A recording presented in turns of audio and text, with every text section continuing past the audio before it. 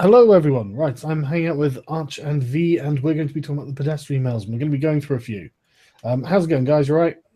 It's going fine. In the beginning, Arch, can you give us a quote from Stalin? Because the quotes from Stalin are really great. Why Stalin, of all fucking subjects? I don't know. It's like, just give us one quote from Stalin, because you told me a few yesterday, and I thought they were marvelous. Well, I do have one that would fit fairly well for Hillary Clinton. Ideas are more powerful than guns. We would not let our enemies have guns. Why should we let them have ideas? That is quite good, actually.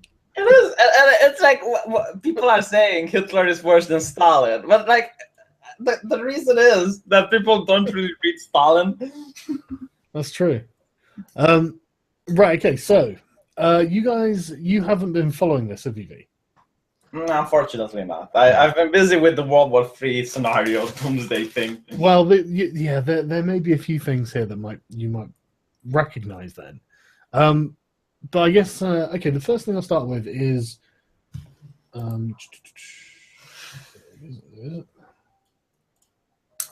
Right, so I thought I'd start with corruption since it was Hillary. Reuters have put out this article about one of the emails. The hacked emails raise possibility of Clinton Foundation ethics breach.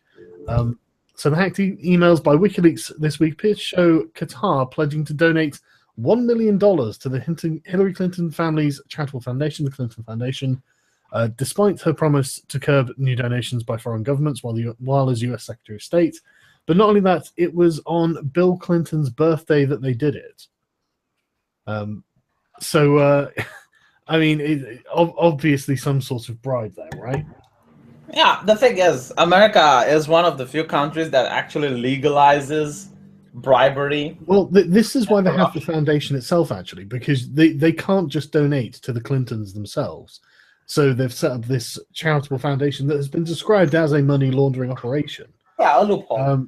It flat out is. It's also a tax evasion scheme, because she can literally go like, oh, I'm donating to charity all of my money. Yeah. And yeah, exactly. And she's going to be basically in control of that money anyway, since it's her fucking foundation. So, yeah, it's obviously an underhanded fucking method. And yeah, giving $1 million on the birthday, obviously this is for something. You know, it's to deliberately keep... Even if it wasn't, imagine if you would get $1 million from Saudi Arabia. And like, no strings attached. Wouldn't you be a little bit more sympathetic to Saudi Arabians? I suppose I would. It's the simple fact, isn't it? It's a nation.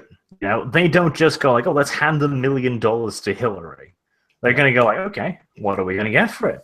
If they were just handing millions of dollars to random people, where's mine? Thing is, it's illegal in America to get money. Like, the thing, they actually allow companies from America to give money to politicians, right? That's legal. But it's illegal to get from another nation, a different government, to pay money for a senator in America. Yeah, I love the way this is spoken about as well. Qatar would like to see WJC as Clinton, I believe, would like to see Clinton for 5 minutes in New York City to present $1 million check that Qatar promised for her birthday, or maybe that's Bill, I guess. Oh, yeah. For his birthday in 2011. I mean, it literally makes it sound like a birthday present. Just so I understand, Qatar is the country that still has slavery in mind. Yeah, something like 80% of the population are indentured. Yeah, it's not slavery, but it's indentured servitude, yes. Well, I guess Democrats and slavery go hand in hand anyway. Yes, apparently. But there's interesting as well. Qatar would welcome our suggestions for investments in Haiti. The Clintons have a lot of investments in Haiti. Some sort of pet project of theirs. I should have actually prepared and found some of that. But if anyone comes across it, if anyone wants to tweet anything that they've seen about it, just use Podesta emails or something, Podesta8 hashtag, and I'll find it on there. Because it's something that was, again, all of this just come out, so it's like... Yeah, and actually the Haiti thing, because he's been accused of influencing the election down there. Yeah. I mean, that it's not beyond the realms of possibility. She has experience in rigging elections. Yeah, I've got no doubt that there is. I just did a video today with Democrats actually rigging elections, and the Pew Research is saying that there's over 1 million dead people being registered to vote. I mean, at this point, you should call the paladins to defeat the zombies that are going to vote. Well, I don't know who the fuck the zombies are going to vote for. We literally have evidence of them doing this. And we have the conspiracy that they had against Bernie Sanders. We know that they rig these things. So why would we give them any benefit of the doubt beyond this? You know, they've got a history of doing this. Why would we not, have them replaced or something? Why aren't they being replaced? Why is all of this going on still? You know? That's the real question, isn't it? Any other politician, or any other civilized nation, I would like to believe that if anybody got caught with their hands this fucking deep in the cookie jar, they'd lose their jobs at the very least. Yeah, you would think so. You would think there would be some governing body above this that, make sure they play by the rules or something, that would intervene and say, well, okay, you've been caught fixing your democratic processes, you're all fired. I don't understand how any Bernie supporter... There might be worse punishments for that, for fuck's sake. There might be jail time involved in something like that. I don't know, but, is there not someone who enforces rules or something? No, as you said, it's like Trump spoke truth to power when he said that she would get arrested. Like, any other candidate, if George Bush would say to his opponent, if I get president, you will be arrested, it would be viewed as a threat. But here they fucking cheered. People actually know what he's talking about. Man, I tell you, when I was watching that debate, and Trump would bring up just various sort of small things like the emails and stuff, she literally broke out into the biggest grin, as if literally this was just a non-issue to her. Him bringing this up was him bungling his time. He could be attacking on something real, and then as soon as he's pointing at her, going, you're not doing me any favors or something. Some mash of that he was trying to say, it's suddenly, the look on her face, man, it totally dropped. The way I interpret it is like, oh, if it was any other person but me, they would be in trouble. But it's me, so he actually thinks he's going to hurt me with this shit. Yeah, I think she sat there thinking something along the lines of, he's wasting his time and I'm glad about that. Yeah. I really do think she just thought he was just scoring an own goal by doing it. Honestly, and I guess from her perspective of greater knowledge, he probably was. The whole social justice warrior culture is built around corruption. Like when we fought Gamergate, it's the exact same thing. These people are finding corruption to be normal. It's like, okay, we are taking money from this person, but he's one of us. He's a social justice warrior, so it's perfectly fine. He is one of the prestigious, morally intellectual people. Yeah. Okay, well let's move on to the next one that I've just got literally just a list of these fucking ones because there are so many out now, and there are just so many. It's so much stuff about Clinton that's just abominable. I mean, for example, this one: Clinton admitted she's for open borders in paid private speech. My dream is a hemispheric common market, which explains her support of the TPP and the TTIP or whatever it is. And she says this this is an email from 2013, where she dreams of a common market with open trade and open borders, saying that economic opportunity in the US will grow as a result. And so apparently, in addition to downplaying Vang's role in 2008 economic collapse, she admits she's out of touch with the middle class and concedes that she has both a public and private position on Wall Street reform. I mean, oh my god, so many people are like, oh, Hillary can reform Wall Street. No, she fucking can't, you lunatics. I find it fucking hilarious that anyone could believe that anymore. Because it's like, one, she's getting paid by them. Two, we have all of this evidence literally saying she visits their house after being given millions of dollars in speaking fees and just kisses their ass for hours. And somebody thinks that this woman will fucking stop them? Right. It's crazy. It's like saying that children will overthrow fucking Santa Claus. Yeah, it's crazy. It's just like, look, she's getting money from them. She's not going to do anything to them. You idiots. So what were you going to say? I don't understand how the fuck people who voted Democrat for 2 presidential elections in a row can't believe that voting Democrat again will change things. Like, I would understand if Obama had like 4 years of being president, and maybe like the racism was so bad before he got president that it still goes on. But he had like 2 presidential mandates. Everything they're pointing out is wrong with America is because of the Democrats. Every single thing. It has been a while since they've been out of power, isn't it? Yeah. It's actually healthy for democracy. Like, I noticed that usually the presidents who get a first term will get a second. That's pretty much a given.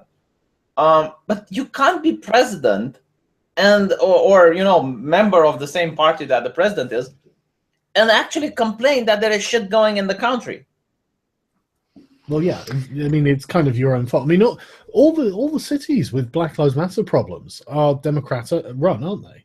And have been for years. And I mean, they're going to be like, oh, that's a right-wing talking point. But I mean, that does seem to also correspond to reality. So that's actually what I said before we started this stream. The Republicans are the party of the rich, and if they want to be elected, they need rich people to vote for them. The Democrats are the party of the poor. If they want to be elected, they need to have poor people. They're the party that protects against racism. If they want to be elected, there needs to be racism. Well, I'm sure they used to be the party of the poor. Yeah. Well, The thing is, America also has this thing. No, the people at the top, okay, they can be rich. You can still be rich and represent the interest of the poor. Yeah, for maybe the first couple generations, but I mean, we're well beyond this point. The people that are running the Democratic Party haven't been normal people pretty much ever. Yeah. I mean, the Clintons, when they were saying, like, when we left the White House, we were poor. A, that was a lie, obviously. And B, okay, but now you've got $250 million in the bank. So what have you been selling? Someone in the chat is saying the Democrats founded the KKK. Well, I don't know about that, but they did. They were part of the separatists. Okay, but the point is, they've been making lots and lots of money while they've been, and she's just been the Secretary of State as well. She's done very well considering. And it's there's got to have been an awful lot of shady dealing in the background. People are pointing out that Donald Trump.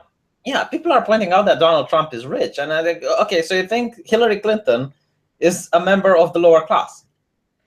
No, she like said, she knows she's out of touch with them, conceding she is both a public and private position. So, and this is what pissed me off most.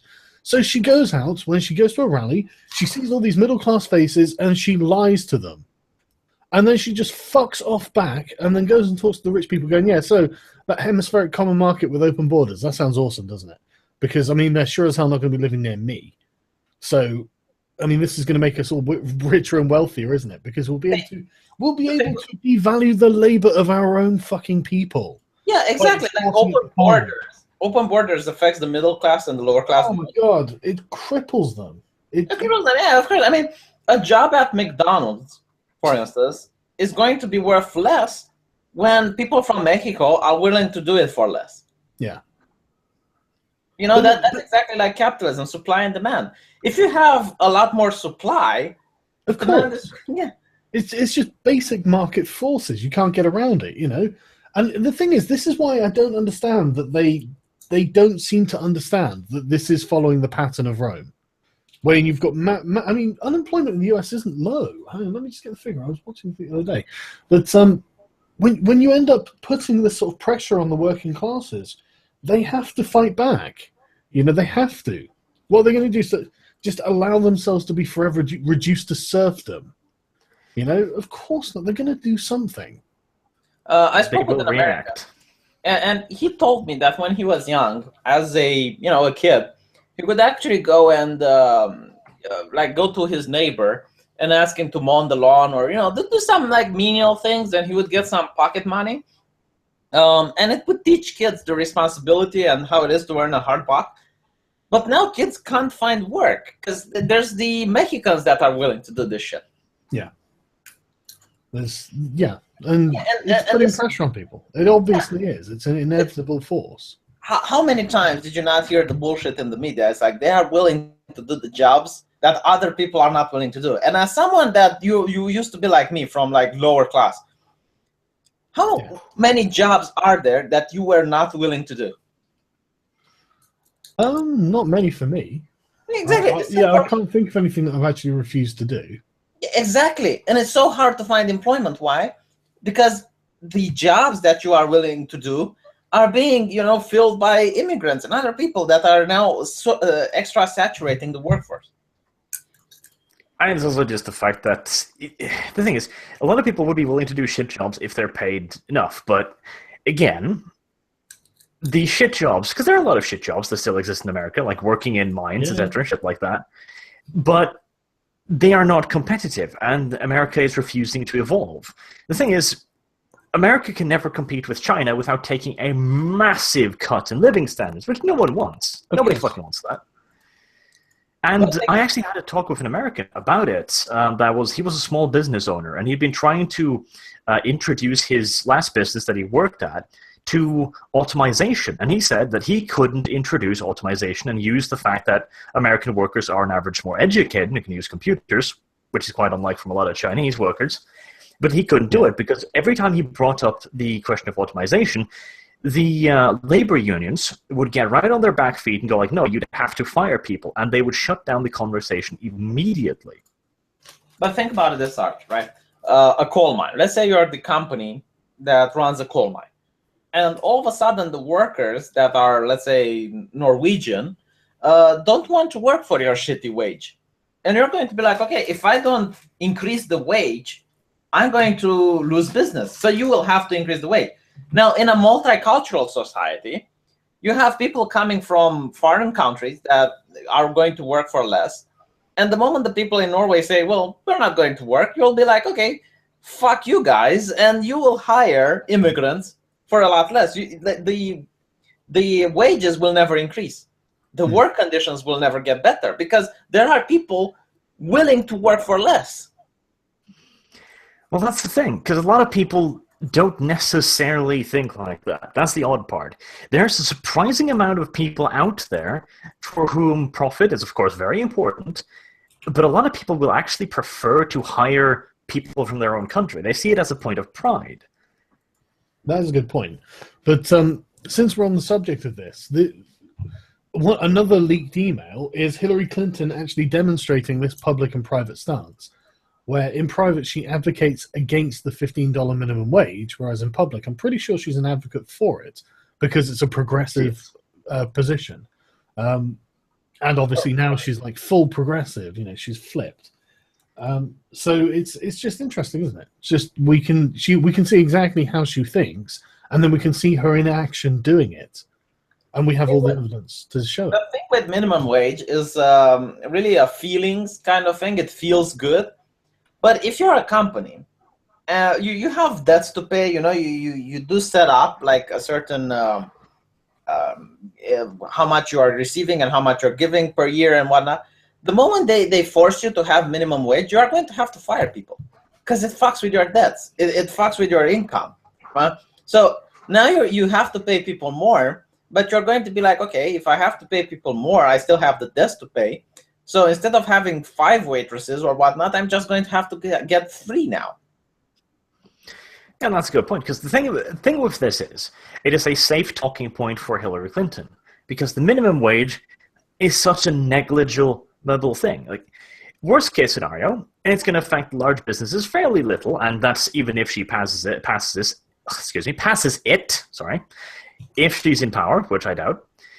But even if she does, this isn't going to affect the average American much, but it is going to tank even further American businesses, and they're going to open up for even more globalism. I swear to God, I'm starting to think Hillary might have a globalist agenda behind all of this. Well, probably. I mean, if you're thinking, well, I like open borders and like hemispheric things, I imagine they probably would have the dream of a global one.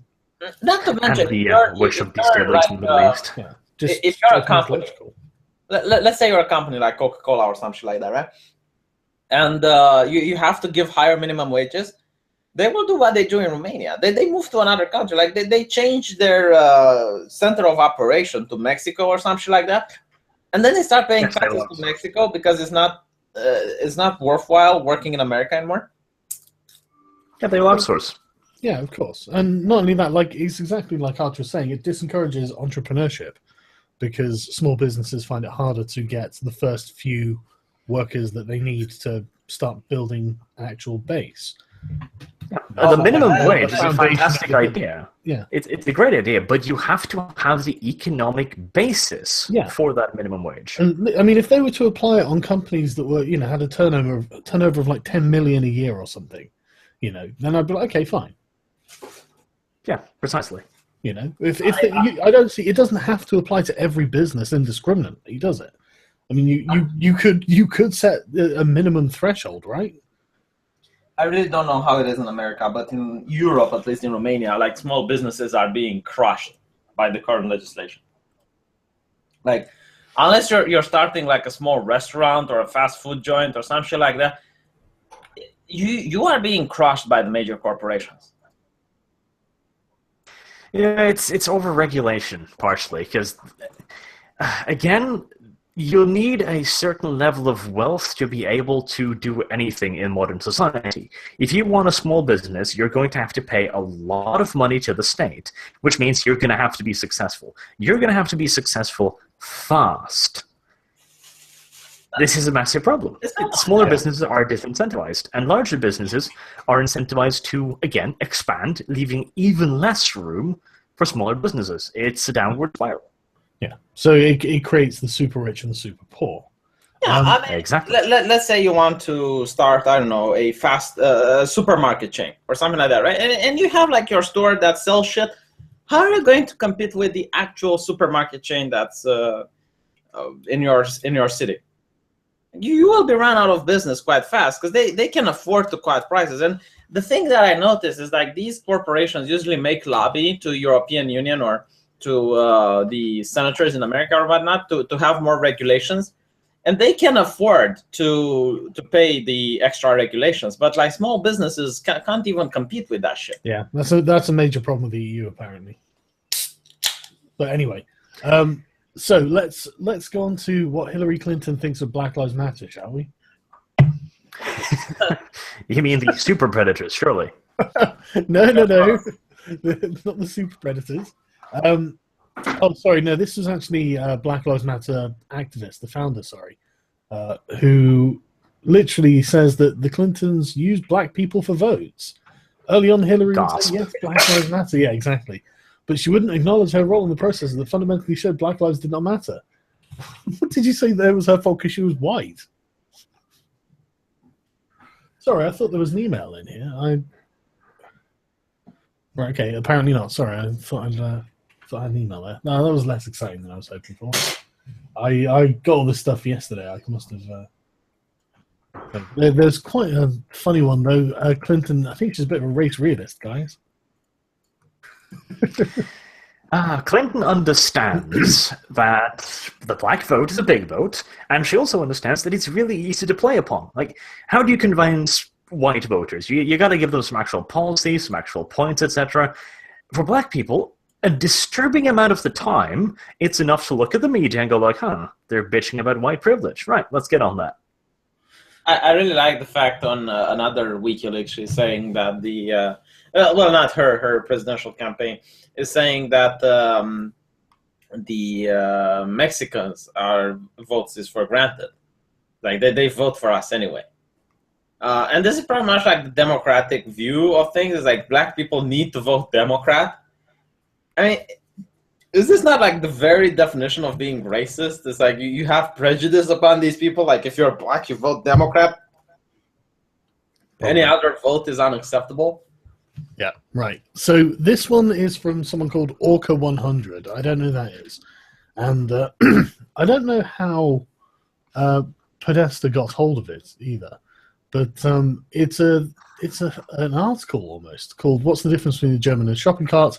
A shopping cart has a mind of its own, that's quite bad, isn't it? Yeah, that's. Well, Germans are Nazis, so it's okay to make this joke. This is very interesting.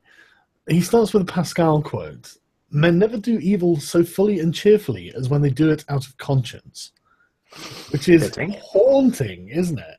Isn't that just a chilling thing to say? At least they understand what the fuck's the sort of sign of the times is at the moment. But so he talks about Merkel understanding how awful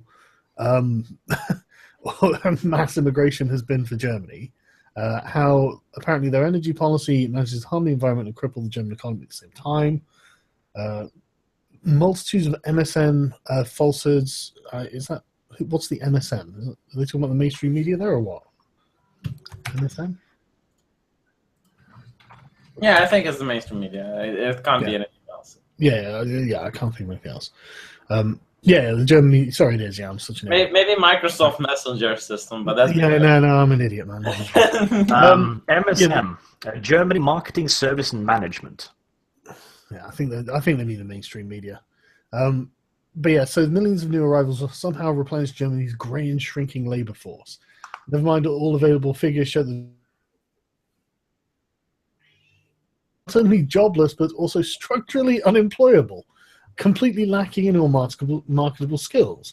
The frightening future of German education can be seen in a clip giving an impression of your average Mickey Mouse vocational school, which aims to turn Muslim kids into semi-employables at the lowest possible level and fails miserably across the board. I mean, that's a pretty brutal indictment of the situation, isn't it? Honestly, it makes sense if it's my idea, like if it's World War III scenario. These people are going to be really good as cannon fodder. Well, yeah, but I guess getting them to do it is the issue. I mean, why wouldn't they just fuck off back to Syria? Like, if you give them citizenship, then you recruit them. They can't say no. They will be like a citizen. They say no, you shoot them. You court-martial them. Yeah, I suppose. But, right, yeah, to give you an idea, a mind-mashing 63% of preschool immigrant children, often fourth generation in Berlin's Kreuzberg district, speak little or no German and are theoretically inadmissible to an elementary school, apparently. So, what makes for successful immigration? And this is the interesting bit. It's no brain surgery, but the media have long failed to provide a clear, credible answer. They are unable to come up with an answer or don't like the answer that's staring them in the face. The main reason behind successful migration should be painfully obvious to even the most dim-witted of observers. Some groups of people are almost always highly successful given half a chance. Jews, Hindus, Sikhs, and Chinese people, for example, while others, Muslims, blacks, and Roma, for instance, fare badly almost irrespective of circumstances. The biggest group of humanity can be found somewhere between the two extremes, the perennial overachievers and the professional ne'er-do-wells. See, I really hate the word Muslim. That's pretty fucking red pill, isn't it? Yeah, but I really hate the word Muslims because you don't know if they're talking about Syrians or if they're talking about Somalians or if they're talking about Turks. But I think like Turks can be really successful business people, for instance. That's true, but that's because they came from a secular republic originally. Yeah. I mean, this is why I hate the word Muslims. I despise it. It's about your primary ideology, and if the primary ideology is Islam, then that's the group they're going to identify as. Yeah, I do think like a hardcore conservative Christian, like let's say one of these evangelicals that take it to the extreme, they might also be like really bad for starting a business. Yeah, but honestly, I really do. Are they though? Because remember all of those Christian TV channels, give money for God. Oh well, I'm sure Islamists have the same shit in Islam. They have these successful TV channels where they talk about Muslims and people donate money to them. Honestly, though, right? Just don't see forms of destitute Christians. This really might be more down to tribalism than anything else. I mean, it might, I don't know. It's not like innate to these groups or something, but it just strikes me that Muslims, blacks, and Roma, they're all very tribalist groups. They always have a very strong in-group, out-group dichotomy, right? They have us and then everyone else, and they're usually like fairly easy to pick out. And I mean, do Chinese people and Hindus and Sikhs really have that? I mean, a lot of British Sikhs are British. They deliberately came to be British. It was a primary identity with them. See, I don't think the fact that they're Sikh is necessarily superseding it. Whereas I think that Muslim does. Yeah, exactly. I don't think like Sikhs are the same like Muslims, because the Muslims do have like a very powerful ideology. It's like us versus them. The thing with Muslims is like the Barbary states used to raid a lot of European ships, And at one point, I think it was a representative of the United Kingdom asked them, like, why do you keep raiding our ships? Like, we're not at war with you guys. Why do you keep doing this? And it's like, well, because we're part of Islam and you're not. Yeah. And this exactly points the problem, right? They view anyone that's not Islamic as a person that you can do anything to them. Yeah, and how do the Roma think of non-Roma? I think the Roma were more tolerant because they were hiring at one point mercenaries that were not Roma. Okay, well, but I'm talking about like modern day Roma. Do they? Oh, I mean, gypsies, you mean? I thought you meant the Romans. No, not the Romans. No, gypsies. Gypsies really don't give a shit. I mean, they view Romas and their family above all. Like, you do see Romas fighting other Romas. Yeah, of course you do. I'm not saying they don't fight each other. For gypsies, their family is the most important thing. So if you're part of their family, they will treat you like you can even be non-Roma in their family, and they will even risk their life for you. Yeah. So, but how do they feel about people outside the family? It's not. Well, they have this thing called purity laws, which is very similar to Islam, and they are really much against any type of state or anything that they don't recognize. They do have like their own gypsy emperor and shit like that.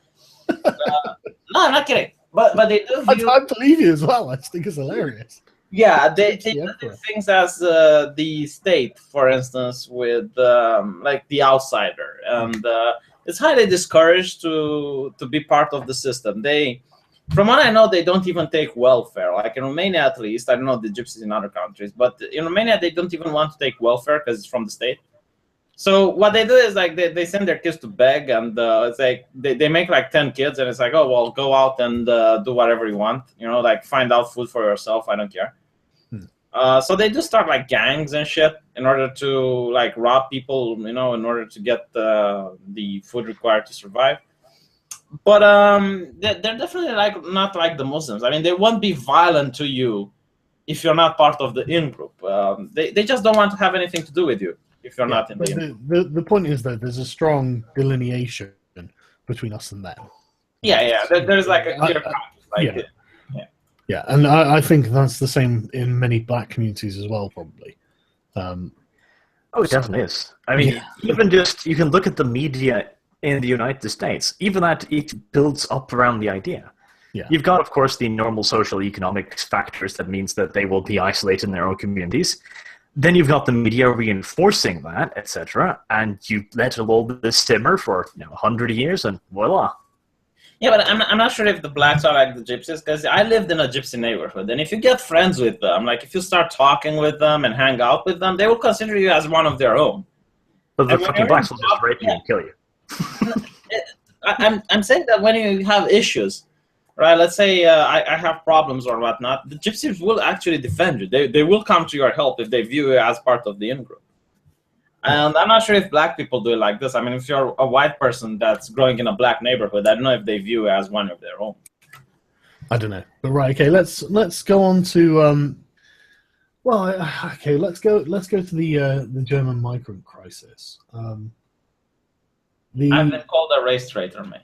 You are a race traitor. Yeah, I'm not part of the ideology like the ant people.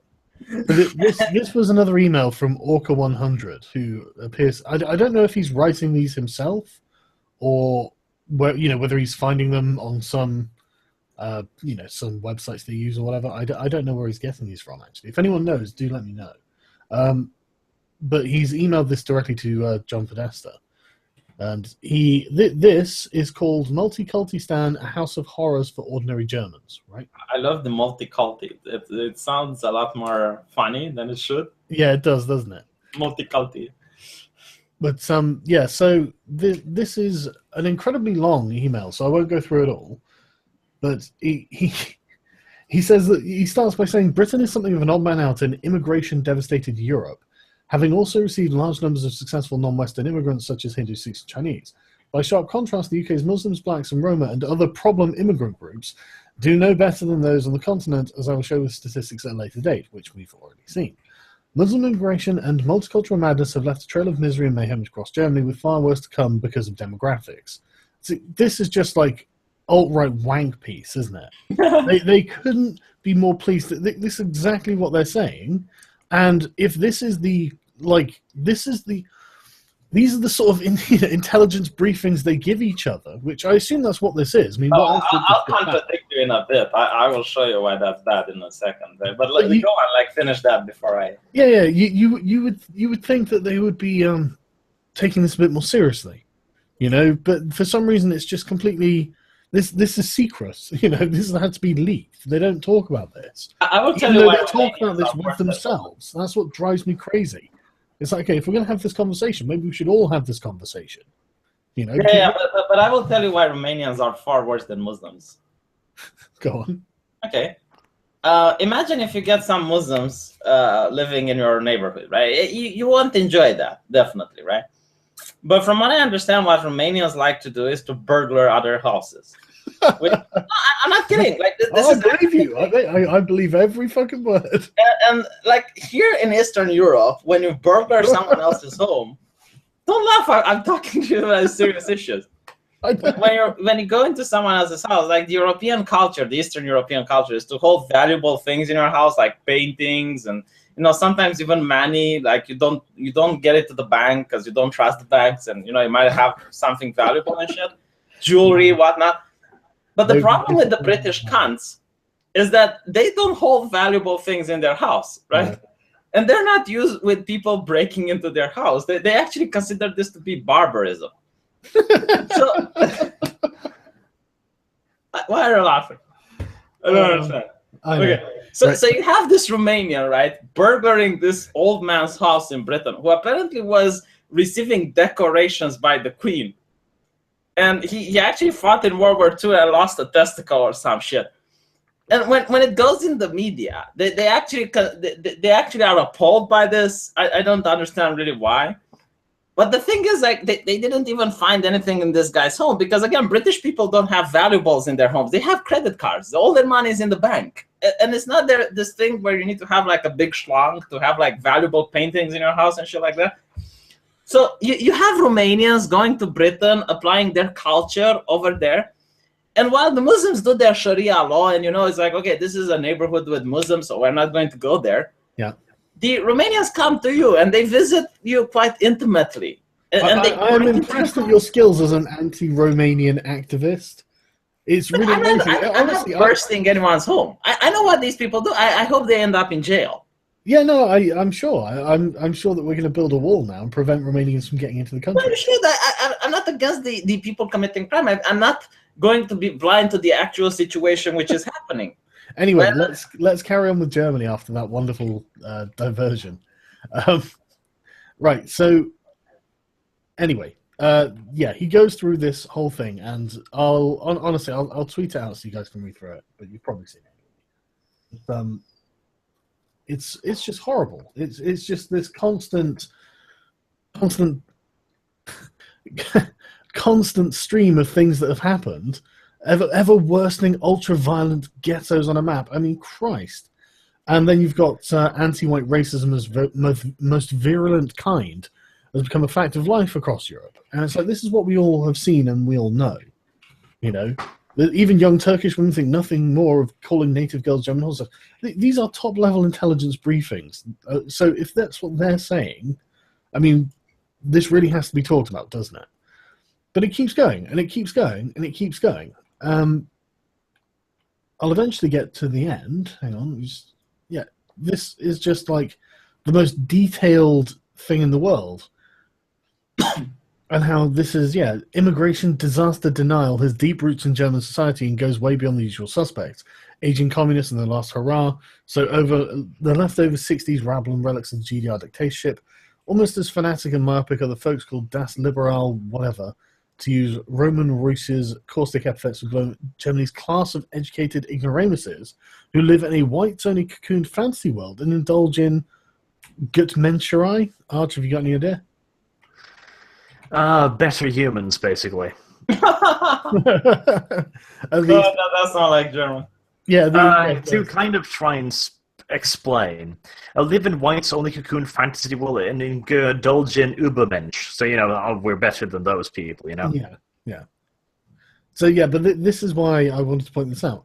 He's talking about the SJWs. That's what he's talking about. Most of the people that are championing immigration aren't actually taking immigrants into their own homes. Of course not. Like you said, they live in a white-only cocoon fantasy world. Yeah, there was actually this leftist university professor who did take an immigrant into his own home and ended up having his head bashed in by that said immigrant. So yeah. But this is the thing, right? And the rest are slandered as racist when they have the chutzpah to complain about their awful lot. Suffer in silence, will you? Let us dream on. This is what we've been saying for a while now, and this is, I think, causing many, many problems. You know, this is causing the phenomenal growth of things like Pegida and shit like this. You know, all of these hard right movements. This is what's causing it. The wonderful situation where one people says, "Hey, look, that brown man is smashing my windows," and the other white man goes, "You racist." Yeah, exactly. How dare you? But yeah, basically they know exactly what's going on, obviously, and you would expect them to. You know, this thing. I've never suspected for a second that Hillary Clinton is ignorant on almost any of this. She's going to have the best intelligence gathering capabilities like known to man, probably. I am telling you this, like the people who are running, like Germany, for instance, Angela Merkel, she knows this shit. Like she has informers, they do tell her this crap. They are doing it because of financial interests or financial gains. It's not like that you can claim, oh, well, they have no clue. If me and you can figure this shit out, I'm pretty sure Angela Merkel knows better. It might not just be for financial gains. I mean, it could be for like raw power within the system. So, Tony Blair was accused of bringing migrants into Britain purely for votes, and frankly, I would believe it. I would totally believe that was true. It's so fucking retarded because the people they are bringing in for votes can also start their parties, and once they start their parties, you're fucked. I mean, what exactly are they? The only way these people know how to make discourse is to say, oh, these people are racist, they're sexist, they're blah, blah, blah. How are you going to say that a party made out of Muslims is Islamophobic or is racist or whatnot? Like, what? They can't. And you see this in Denmark. There's a new party run by two Turks responding to the president of Turkey, which is called Denk. And it's a party made out of immigrants. And they're getting more votes than the actual left at this point. It's just fucking hilarious. And the left doesn't know what to do. They're completely stumbled. They can't call them racist because they're immigrants. They can't call them sexist because they're immigrants, and immigrants can't be sexist. And it's like, oh, they corrupt. It's like, and they're like, oh, well, your guys are corrupt as well. Like, what's your point? Yeah, right. Okay, don't insult the poor Danes, by the way. They're the Dutch. Are they Dutch? Yes, Denk is Dutch. Okay, what's the difference between Dutch and... Because Danish are Übermensch. They are part of our pure white northern stock, okay? The Dutch are the tallest people on Earth. Are they? Yes, but they're still Untermensch. So if they're fucking pretty giant, well-fed Untermensch, if that's the case. According to my race lore, the Alpine race is the cleanest, so there you go. According to the lore, then they have small dicks, because the longer you are, the taller you are, the smaller the dick. There you go, Untermensch. Okay, so we're going on to this one, which is between Podesta himself and Clinton. He's replying to an email she sent him. So this is her email. Yeah, that's correct. Yeah, so here's the original email that which is from Hillary herself, from H Hot Rod Clinton. Sources include Western intelligence, U.S. intelligence, and intelligence in the region. Right. So this is what Hillary knows about the Middle East. This is one of the things that she's like passing down information. One, with all of its tragic aspects, the advance of ISIL through Iraq gives the U.S. government an opportunity to change the way it deals with the chaotic security situation in North Africa and the Middle East. The most important factor in this matter is to make use of intelligent resources and special operations troops in an aggressive manner, while avoiding the old-school solution which calls for more traditional military operations. In Iraq, it is important that we engage ISIL using the resources of the Peshmerga fighters of the Kurdish regional government, which is what they talk about when they talk about arming the Kurds. What, if any, reliable units exist in the Iraqi army? Jesus Christ, they want to arm the Kurds, right? Okay. Yeah. The Kurdish people are really decent people by our standards. But the thing that they want to do this annoying crap called the Kurdish state, which goes against what Turkey wants. Now, Turkey is a member of NATO.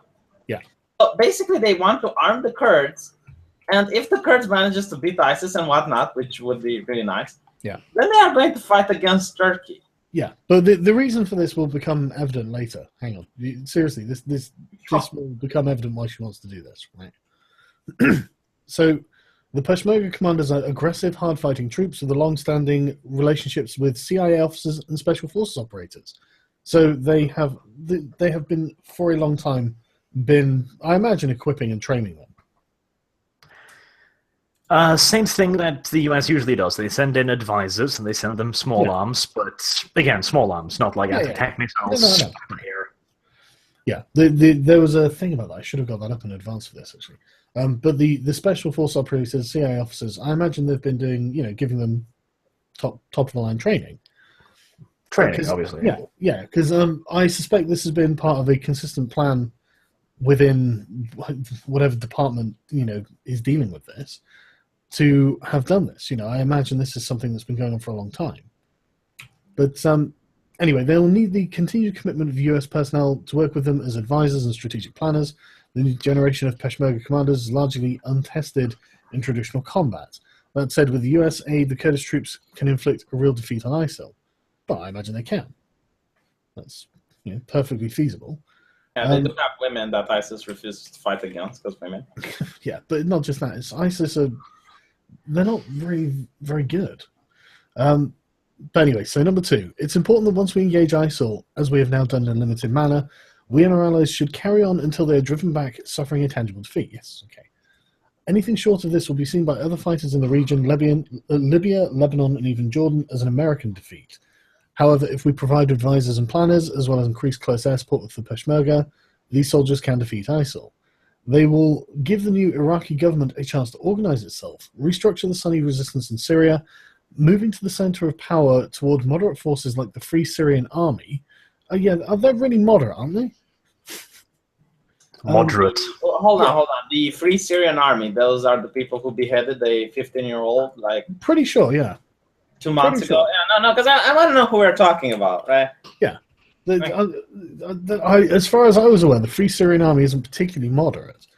I think actually, for those of you who don't know, there's pictures of the internet with the moderate rebels beheading a 15-year-old and taking pictures and smiling with him, shouting Allah Akbar. Really, very much. I'm really glad that the United States is sponsoring these people. I'm just going to see if Isaac Cohen's online. He'll know how awful the FSA is. So no, it doesn't seem to be. Right, so in addition to air support... Hold on. Just to understand, what is the right the United States have to be in Syria? Is there any international right or any... Probably some sort of alliance with the Iraqi government that's their puppet government. Okay, yeah, but... They need to protect Iraq and also humanitarian arguments. Yeah. Okay, humanitarian arguments. Why aren't they in North Korea? Why aren't they in Iraq? Yeah, they would probably primarily... I wasn't aware Kim Jong was bombing these people. Yeah, but they'd probably argue in favor of the Iraqi government because that's their government. Okay, Syria isn't in Iraq, as far as I know. Yeah, okay, look, this is the important bit, right? To the moderate forces of the Free Syrian Army. In addition to air supports, the Peshmerga also need artillery and armoured vehicles to deal with the tanks and other heavy equipment captured from the Iraqi army by ISIL. That's what they're talking about when they say they want to arm them. They want to give them the artillery and armoured vehicles. Yep, because they've already been arming the Kurds for ages, but they just now want to give them the stuff to become a proper military force in the region. Yeah, and that's when it becomes a bad thing. But again, we'll see why towards the end of this, right?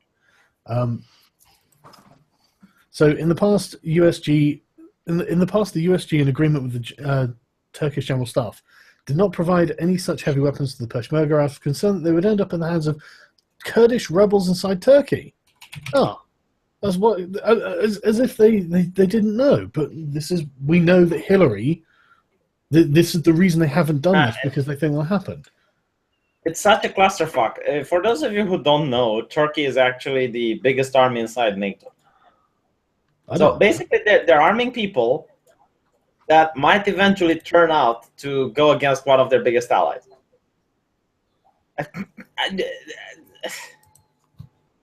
Right. Okay. Then again, Okay. This is the interesting bit, right? So, yeah, they didn't provide heavy weapons to them out of concern they would end up in the hands of Kurdish rebels inside of Turkey. Obviously, because they didn't want to destabilize Turkey. The current situation in Iraq, not to mention the political environment in Turkey, makes this policy obsolete. That's an interesting thing to say, isn't it? What do you think? What do you think she means by makes this policy obsolete? Is that they want to give big arms to Kurdish fighters. Yeah, but like, why are they not worried about? Probably because Erdogan has gone insane, and since he's become a dictator, he's unpredictable. You think that that's the case, yeah? Yeah. What do you think, Arch?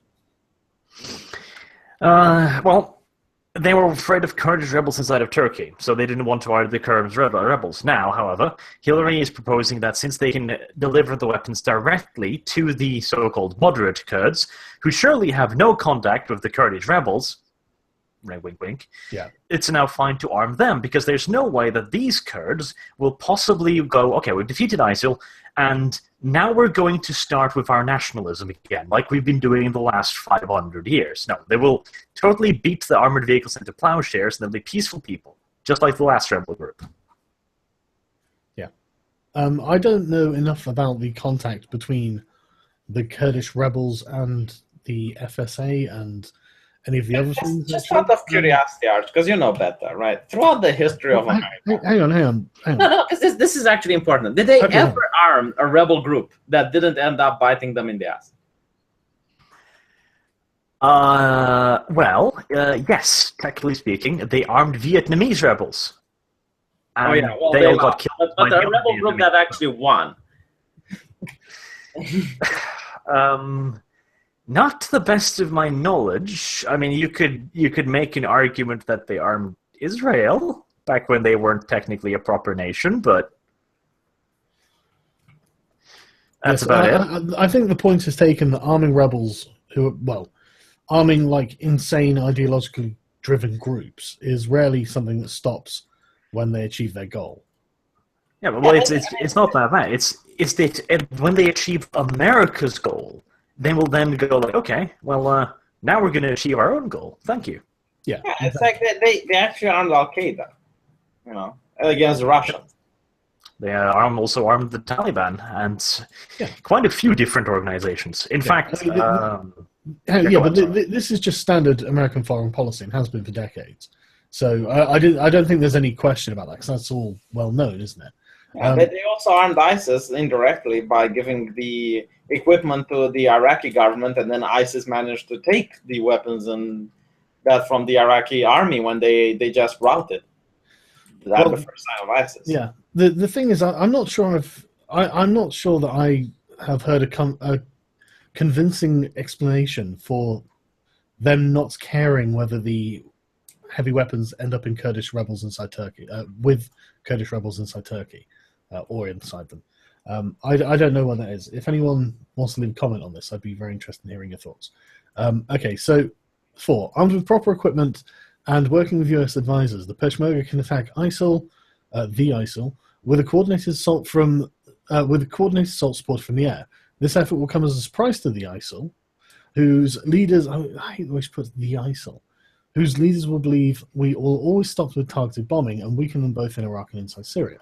At the same time, we should return to plans to provide the FSA or a group of moderate forces with equipment that will allow them to deal with the weakened ISIL and stepped up operations against the Syrian regime. Right, here's the important part. This is where it's really getting important, I think. The entire effort should be done with a low profile, avoiding the massive traditional military operations that are at best temporary solutions. While this paramilitary operation is moving forward, we need to use our diplomatic and more traditional intelligence assets to bring pressure on the governments of Qatar and Saudi Arabia, which are providing clandestine financial and logistical support to ISIL and other radical Sunni groups in the region. That's why I understand Saudi Arabia is an ally of the United States. Yeah. They donate her to the Hillary Clinton Foundation. And they donate to the Clinton Foundation. And she knows that they provide financial and logistical support to ISIS. And that's why I'm clear on this. Saudi Arabia is considered to be the most holy city of Islam. Mecca, yeah. Yeah, Mecca, which is in Saudi Arabia. It is, yeah. All right. No, so we can get things straight. Yeah. So yeah, I mean, this strikes me as very interesting.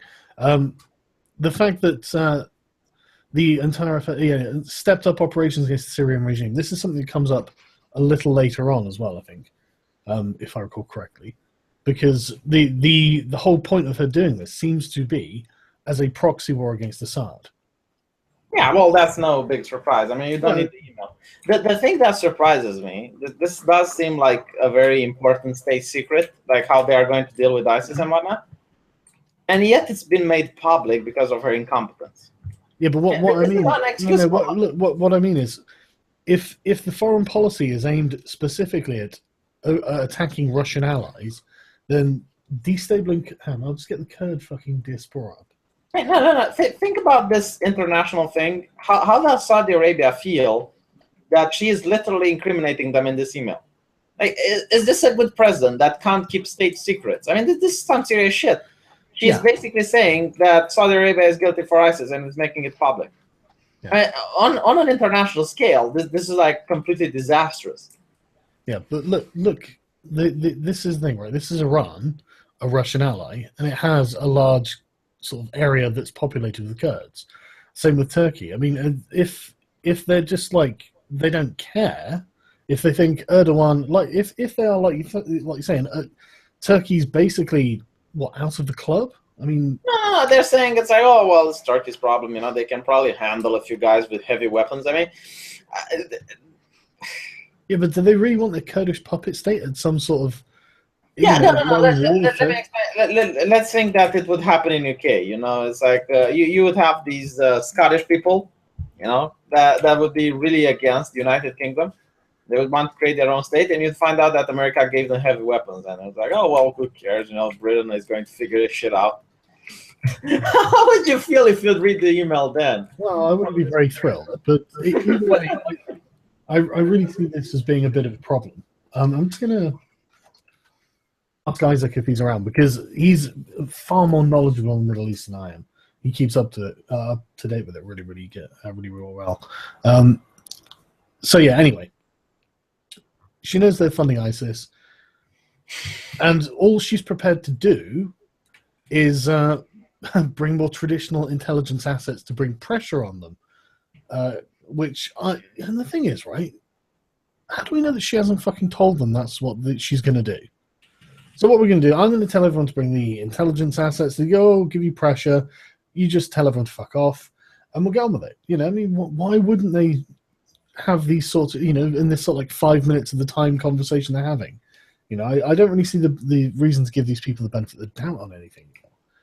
But, and also, it's again, they want to bring intelligence assets, and she's met with them. Like you said, what stops them from her going to, okay, Saudi Arabia, we're gonna make a big fuss out of this, so you prepare a couple expendable fuckers and bring them around on TV and go like, oh look, we discovered these people, they're founding ISIL. The Saudi royal family totally had nothing to do with this, okay? So can we stop looking now? Yeah, it's just like, it opens the door, and these people seem to be the sort of people to take advantage of opportunities like that. So anyway, in the end, the situation in Iraq is merely the latest and most dangerous example of regional restructuring that is taking place across North Africa all the way to the Turkish border. These developments are important to the US for reasons that often differ from country to country. Energy and moral commitment to Iraq, energy issues in Libya, she's talking about oil when she says energy issues, and strategic commitments in Jordan. At the same time as Turkey moves towards a new, more serious Islamic reality, it will be important for them to realize that we are willing to take serious actions which can be sustained to protect our national interests.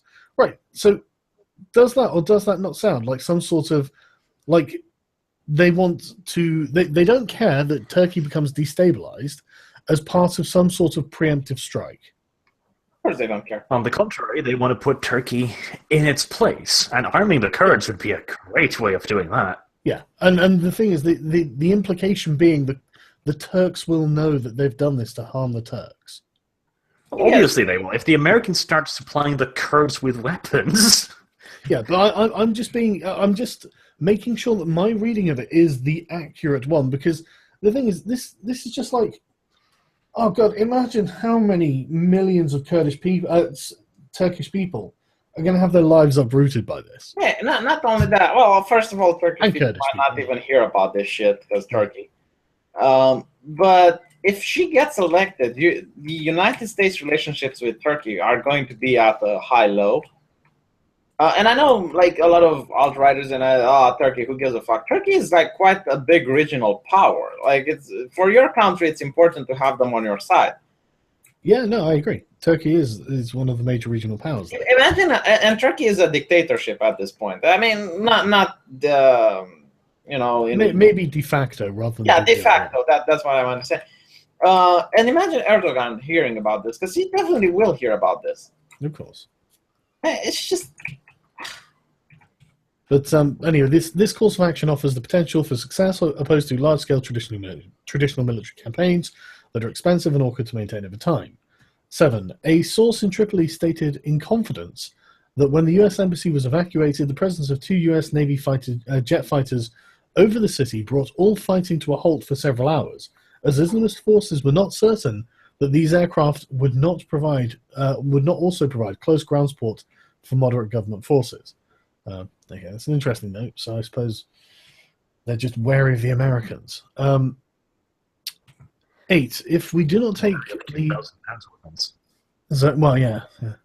If we do not take the changes needed to make our security policy in the region more realistic, there is a real danger of ISIL veterans moving on to other countries to facilitate operations by Islamist forces. This is already happening in Libya and Egypt, where fighters are returning from Syria to work with local forces. ISIL is only the latest and most violent example of this process.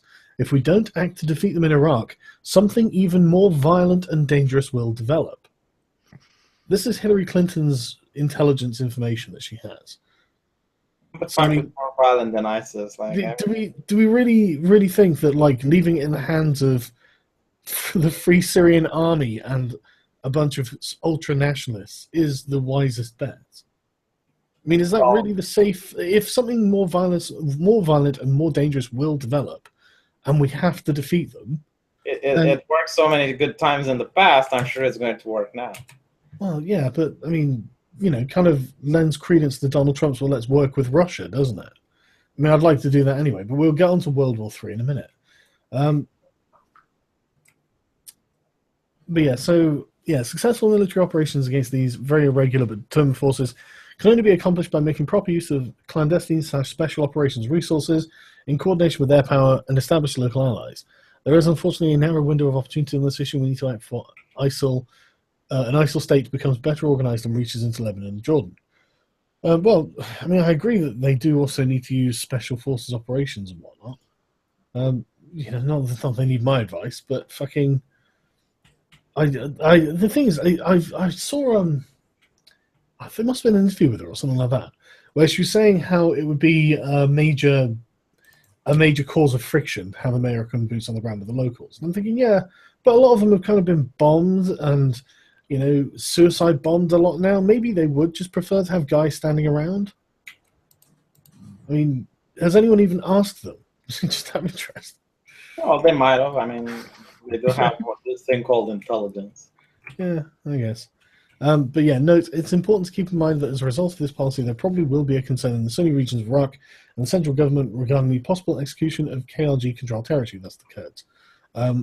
With advisors in the Peshmerga command, we can reassure the concerned parties that, in return for increased autonomy, the KRG will not exclude the Iraqi government from participation in the management of the oil fields around Kirkuk, the Mosul Dam hydroelectric facility. At the same time, we will be able to work with the Peshmerga as they pursue ISIL into disputed areas of eastern Syria, coordinating with the FSA troops who can move against ISIL from the north. This will make certain that Bashar al-Assad does not gain an advantage from these operations. And that, I think, is the most important part of this whole thing. This is literally just her fighting a proxy war against Russia using Russia's allies. Imagine, and it does show that she doesn't give a shit about Assad, like using chemicals upon civilians and whatnot. She cares about him not getting access to the oil. Yeah, And I honestly, I can't see that the Kurdi and Iraqi governments are going to end up fucking. You know that the Kurds are going to prevent them having access to them at some point. Of course. You know, when Again, the Kurds have motivations. They want to create a nation. Yeah. They've never been shy about that. That's pretty much been their goal from the beginning. To assume that, oh, no, because there's a few American advisors there, they can totally talk them out of their 100-year fucking dream. Yeah. Really, Hillary?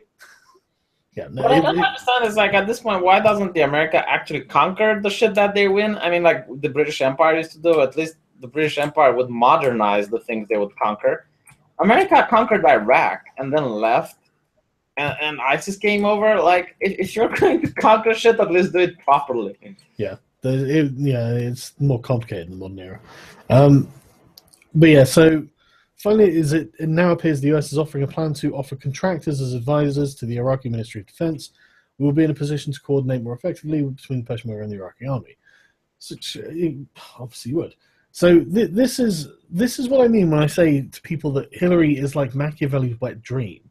She's like Machiavelli when he has, I mean, literally just having access to unbelievable amounts of information.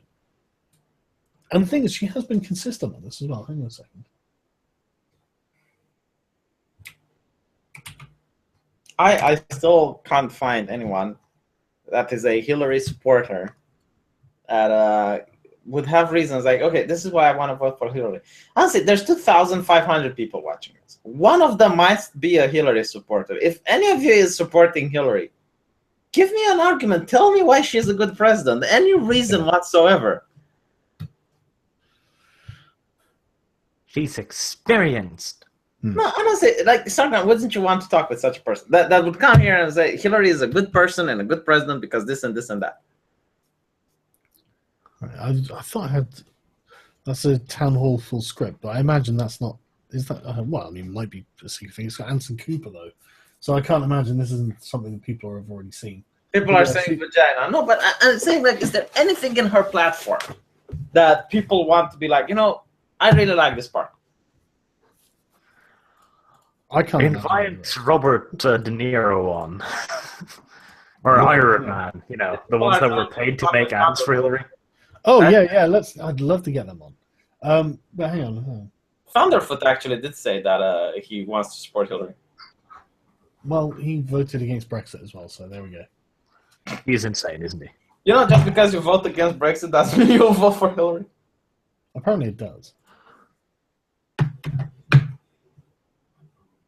Yeah, okay. There was a leak from the Clinton emails, which was a while ago now, actually. But yeah, this is this consistent thing. This was literally the best way to help out Israel deal with Iran's growing nuclear capability is to help people of Syria overthrow the regime of Bashar al-Assad. That's the goal. So, and presumably, and I get the emotional people in my comments section going like, "Oh, Bashar al-Assad, the reason we're in Syria is to get him down because the Syrian people and he's bad to them."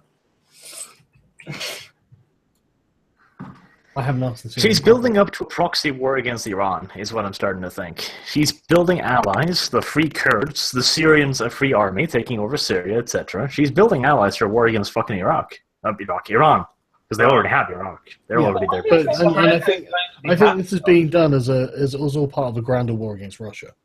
I mean, it seems obvious. I think America wants to take down Russia in the end. Yeah. I think they want Iran first, just because Iran is easier. Plus, Russia. Yeah. Russia would have to fuck up first, because there's no legal justification for invading Russia. Unless, Putin does something stupid like invading the Baltic states, in which case, go right ahead. The current Syrian conflict is a good reason to invade Russia. Honestly, they would have a hard time swinging that. Yeah, I don't see how you're going to justify that. Well, right now, Russia has anti-air missiles in Syria. And all America has... Like I said, Russia's doing something stupid. Yeah, all they have to do is to fly a plane over Syria, and then they get bombed down by Russia, and that's pretty much a declaration of war. The thing is, I'm pretty sure those Russian AA troops have standing orders to not shoot at anything that's broadcasting a US IFF precisely for that reason. You think Russia doesn't want the war? I bet they did call all of their because they're afraid of Hillary. I don't think Russia wants a war because Russia is not going to win a war, especially not one they start. If America starts it, they have a chance to go to the United Nations, go, oh, look at bad people, and the UN might stay out of it. In which case, what the fuck is the US going to do? Are they going to truck people over to Russia? Are they going to launch a naval invasion against Leningrad? Do you think that the United States give a flying fuck about the United Nations? I mean, last time they went in Iraq, the United Nations... Simple logistics, V. How the fuck are they going to invade Russia without NATO? Well, the thing is, if it's an attack on one of them, it's an attack on all. And if their planes get attacked... Yeah, but you just suggest that Russia should shoot down a US aircraft. Yes. Which I don't think Russia will do.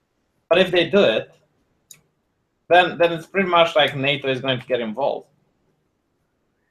I don't think so. Even if they're somehow retarded enough to shoot down a US aircraft and admit it, I don't think that's enough. Turkey did shoot Russian aircraft, didn't they? Yeah, but they shoot down passenger liners all the fucking time, and we haven't invaded Russia yet. The question is, don't you think the United States can win against Russia even without NATO? No, because how the fuck are they going to invade them? Oh, good point. They don't. Are they going to go through? I guess they could go through Siberia. I wouldn't try, but I mean, I guess they could. To be fair, the technology nowadays allow you to go into Russia and like to go to Moscow in a matter of hours. Not from Siberia, no. Well, not from Siberia. Yeah, that's a good point. But imagine that the fact that NATO doesn't actually have to join the war; they just have to allow passage for the United States to use their country as deployment. I'm not sure they would. Again, that's... If Russia shoots down a US fighter jet, which I would be very surprised if they did, I don't think that would escalate into war. What do you think would happen? Nothing. Nothing. $1 billion jet being shot down. They shoot down fucking passenger liners, for fuck's sake. Nobody cares. That's what happened with Turkey and Russia a little while ago. They shot down a Russian jet and nothing happened. Because Putin this isn't worth a war. Yeah, he's not an idiot. You've got to remember that your opponents are quite intellectual people. Now is that Russia gave an ultimatum. If you're going to fly over, we're going to shoot down. So they are going to shoot it. Otherwise, that Russia is going to look weak. And we know that Putin doesn't want to look weak. Because if he looks weak, you can have rebellions in Russia. Like, he's already losing sympathy. The only thing that he is banking now is the national sympathy. He is expecting the nationals to keep him in power. He probably is, yeah. And if he looks weak, he's going to lose that sympathy.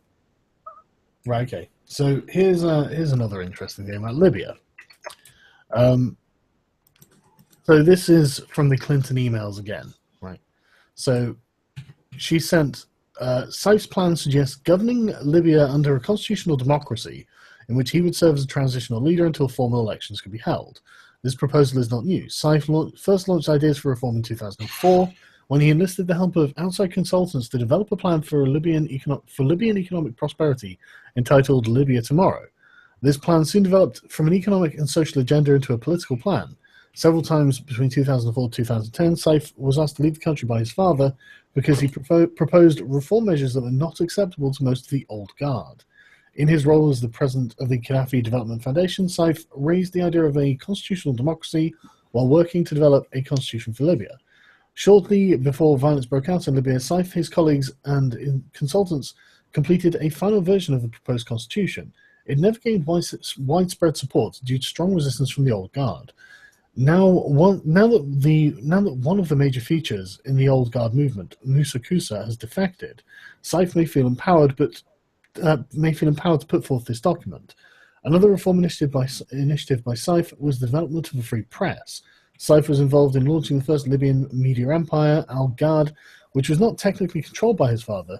The media empire, which included print, radio, and television, was run by a youthful group of Libyans who were very tech and media savvy. Al Ghad was shut down in 2010 due to very high-profile disagreement between Saif. Sorry, someone's fucking messaging me on. Why the fuck are you messaging me in the middle of the stream? Sorry, I should have exited this.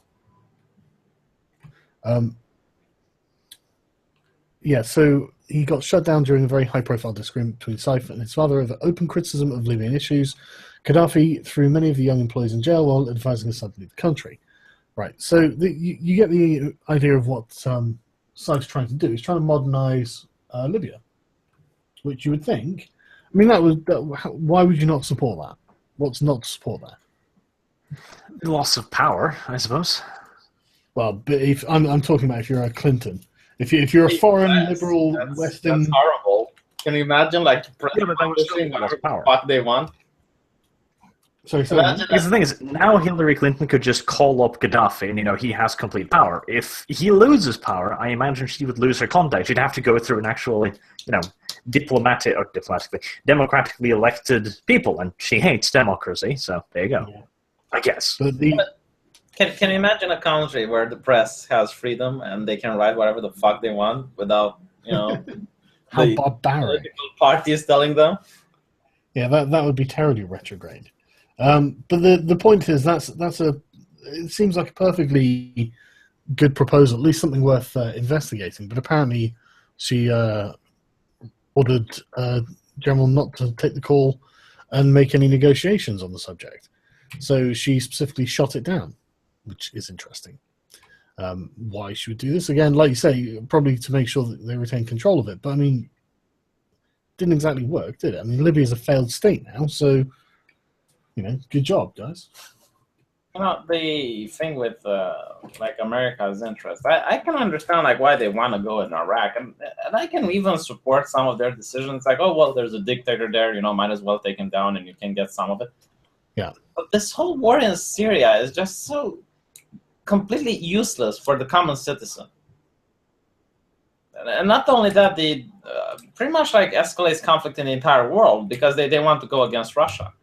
I mean, Russia is not doing anything bad right now that I'm aware of. I mean, the only thing they did bad is going into Ukraine, but they did that because the Americans also tried to get the Ukraine to go into NATO. So, yeah, I can see why Russia wanted to defend its borders. Yeah. Right, okay, that's interesting. Since we're talking about Russia, I've been looking around for a more credible source on, than this tweet. White House claims it told CIA to prepare plans to launch cyber attack against Russia, creating a war to ensure a ruling party win. See, this is the fight with cyber attack. I think they don't understand the covert part. I mean, if you're launching a cyber attack, you shouldn't say who does it. Maybe it's just me, and I really don't understand how this thing works. But if you're launching a cyber attack, you shouldn't announce, hey, by the way, we're launching the cyber attack.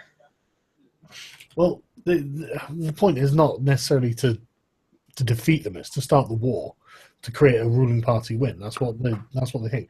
I haven't got anything more credible than this tweet, to be honest. I mean, I could go to some of the more sort of conspiratorial-minded sites, and they'll claim to have lots of information, but I don't trust it. So they also said America is at DEFCON 3 now. So DEFCON 3 means that the Air Force is ready to go on a mission in 15 minutes notice. Okay, so I'm inviting Isaac Cohen in. He's a Hillary supporter. So. Oh my God! Okay. He's also very knowledgeable about the Middle East, so maybe he can actually tell us about something that's going on in the Middle East that we don't know. To explain Hillary's behavior here. That's basically what I'm looking for. Well, we know that Iran bad, America good. Yeah, but I mean, is it just Cold War partisanship sort of thing, or what? Because when Trump's like, I want to talk to Russia, I'd like to talk to Russia as well. I would much rather us talk to Russia than... Really? You would like to sit down with Putin? Not me personally, but I would rather America and Russia be engaging in diplomacy than withdrawing diplomacy. That's what I'd like to see. I really love Putin. It's I've watched a discussion he had with some journalists, and he was like, okay, we're all men at this table, so let's cut the bullshit. We're going to talk about things how it is. I don't trust any of you are capable enough in order to quote me directly in your newspaper without spinning it. But I'm going to tell you how the situation is. Holy shit. Honestly, there is a reason I think Putin's cool. He is a badass, man. You can't get around it. He's fucking Here's the awesome. thing. Okay, you might hate Russia. You might hate Putin. Yeah, he but might be a terrible person, but you get shit done, man. Yeah, I don't think anyone would hate having a guy like Putin as his president. Yeah. Only people with, morals. Right. So, this was quite a pathetic one. Sorry, I stopped sharing my screen. So yeah, this is quite a sad one, really. This is just part of the DNC leaks, where I'm not joking, were planning to make a Craigslist advertisement that was being sent for approval to create a fake Craigslist jobs post for women who want to apply for jobs at one of Trump's organizations. This will be a microsite and we will still need to send it to Perkins. Since we'll be pitching this, we need your approval, please. So this actually seems like a serious thing, right? But it seems like just such satire that, you would think this is ridiculous. But multiple positions in NYC area, seeking staff members for multiple positions in a large New York-based corporation known for its real estate investments, fake universities, steaks, and wine. I mean, that just screams satire, right? Yeah. And they seem to be treating it like satire. So it's just like, why would you take the time to create this? I mean, no one's going to believe that Trump put this up. And that seems to be... Well, don't say no one. The people who are anti-Trump aren't that smart. Well, come on. Nobody's going to think, well, Trump's own organization will put fake universities in the opening line, to describe themselves. No one's People believe that Trump, a multi-billionaire which had absolutely no rape scandals up until the elections, they actually believe that the scandals that are popping up now are completely legit. Yeah, well, that's a funny old thing, isn't it, mate? It just happens that they need to talk about it now. It's just it's like for 20 years, not a single rape scandal. All of a sudden, like 4 or 5. Yeah, mate, you've got to start listening and believing. You're just such a misogynist. Unless it's Bill Clinton, then you shouldn't listen. Yeah, exactly. Shh. That's what we do, V. We shush. About it, yeah. we pretend these things never happen because then we never have to talk about them. Isn't that right, Bill? I mean, look at Bill Clinton, right? He had rape scandals all along, like all across the board. I know. I love his face in the debates where he's just looking just terrified. Holy shit, why? The public are all calling me rapist. There are memes. It's like the face you make when the people you rape and your wife are in the same room. Yeah, exactly. It's just like, fucking hell, Bill. But yeah, so I've got no sympathy there at all, actually.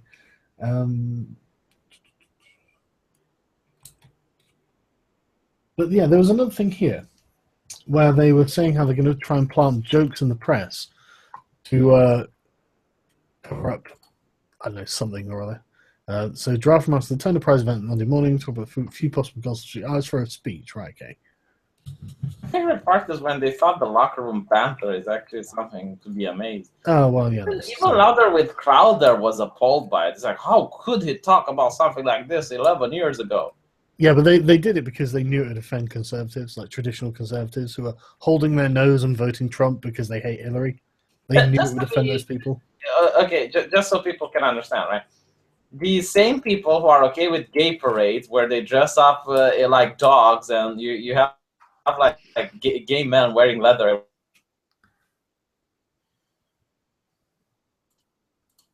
Is V gone quiet or is it just me? I can't hear him. Right, thank God.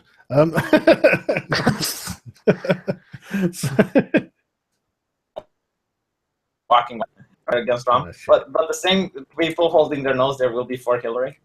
It's too good to last, doesn't it? Yeah, I agree. Right, so let me get through this one. You're going off on tangents.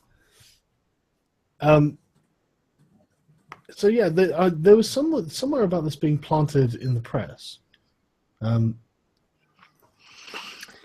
I don't know. I guess I'm not reading it properly. I can't see it. Best person in the world on online is it's joke writing. What? This isn't.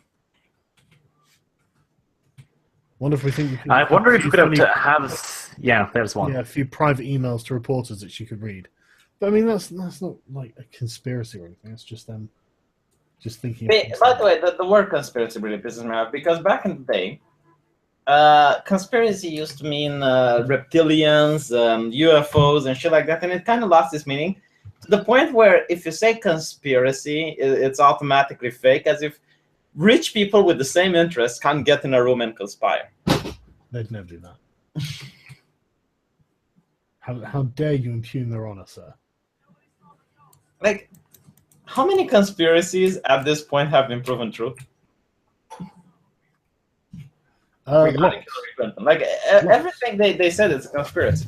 Yeah. Like, there is no voter fraud. That's a conspiracy. And I just made a video showing actual people committing voter fraud in real time, caught on camera.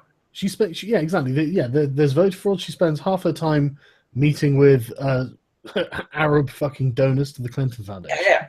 Bernie Sanders, losing. The DNC conspiracy against Bernie Sanders, which I can't believe she had no knowledge all of them are true. Like, how many more do you need to be proven true before you understand that, okay, just accusations aren't conspiracy. Like, if we are accusing her, and this is the circumstantial evidence we have, that's not a conspiracy theory.